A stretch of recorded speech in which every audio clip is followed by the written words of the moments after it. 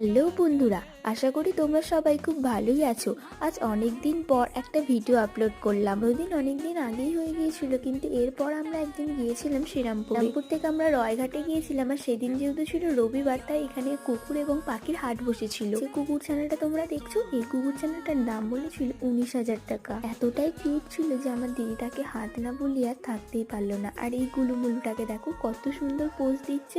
তো আমরা কুকুর এবং পাখির ছানা দেখে হাঁটতে হাঁটতে চার্চের সামনে এসে পৌঁছলাম। আর এখানে দেখি কিছু অনুষ্ঠান হচ্ছে। ও চার্চ বন্ধ থাকার কারণে আমরা চার্চের ভিতরটা ঘুরে দেখতে পারিনি। তো আমরা চার্চের সামনে দাঁড়িয়েছিলাম। আর এখানেও দেখো আমাদের দুটো গুলুমুলুর সাথে দেখা হয়ে গিয়েছিল। পর আমরা একটু পাপড়ি চাট খেয়ে মার্কেটের দিকে কেনাকাটার জন্য রওনা দিলাম। আর এখানে আন্টিরা চার্চের সামনে বিভিন্ন ধরনের স্টল নিয়ে বসেছিলেন। আমরা কিছু টুকটাক কেনাকাটা করে নিয়েছিলাম। আর ট্রেনে মারাত্মক ভিড় থাকায় আমরা কোনো ভিডিও ক্লিপ নিতেই পারিনি। তো আজকের মতন টাটা।